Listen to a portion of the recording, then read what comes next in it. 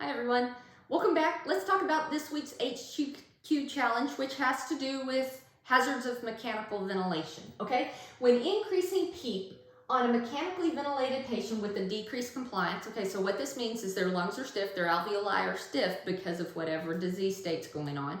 And typically when we have a decrease in compliance, we have poor oxygenation. So it's not abnormal that we would have to step up the PEEP. But on this patient, when we increase that PEEP, their blood pressure drops from 110/70, which is an okay blood pressure, down to 95/58. And that's not okay. That's a huge drop in blood pressure. Now, I'm not asking you what you would do to correct this. I'm asking you why this is happening. And most of you probably have gone through this and you're like, oh, drop in blood pressure, decreased venous return. And that's absolutely correct. But that's not on here, okay? So now you have to ask yourself, why is there a decreased venous return? So let's talk about that. It's not because there's an increased pulmonary vascular resistance causing an increased right ventricular afterload. Now that might be something that PEEP does, but that's not the right answer, okay? It doesn't increase the preload. If anything, it decreases the preload a little bit. And it doesn't have anything to do with airway resistance because when we're adding PEEP, we're adding it to the alveoli, not the airway, okay? So that's not it. So it must be an increased CVP in relation to venous pressure. So let me explain this. Let me explain why a decreased venous return happens with a really bad picture. Okay, so really bad picture, here's our heart. Okay, we separate into the chambers. Here's the right atrium and the right ventricle. Here's the superior vena cava coming into it and the inferior vena cava coming into it.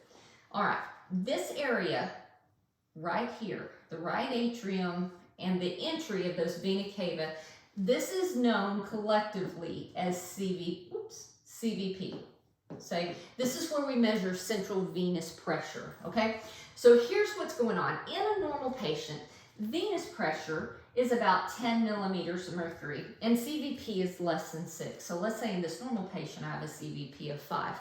This is great. This is a great distribution of these pressures because blood moves from areas of high pressure to areas of low pressure. So this is how the venous blood gets back into the right atrium because of this pressure gradient.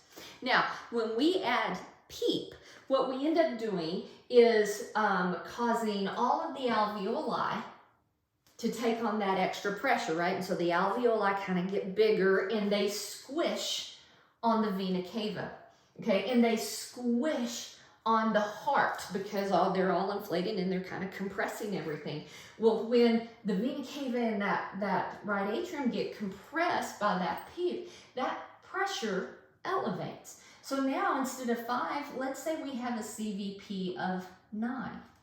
Do you see how that pressure gradient has decreased? And so what happens is blood doesn't flow as readily back to the right atrium. That's what you're calling a decreased venous return. Well, if you have less blood moving into the right atrium, by the time that blood circulates all the way to the lungs and back to the left side of the heart, you're actually pumping out less blood into systemic circulation. Less volume into the system means a lower pressure. That's why blood pressure is dropping. So what causes a decreased venous return? When you decrease the pressure gradient between the venous pressure and the central venous pressure. So I hope this explanation makes sense. It's a big hazard of adding PEEP with mechanical ventilation. See you soon.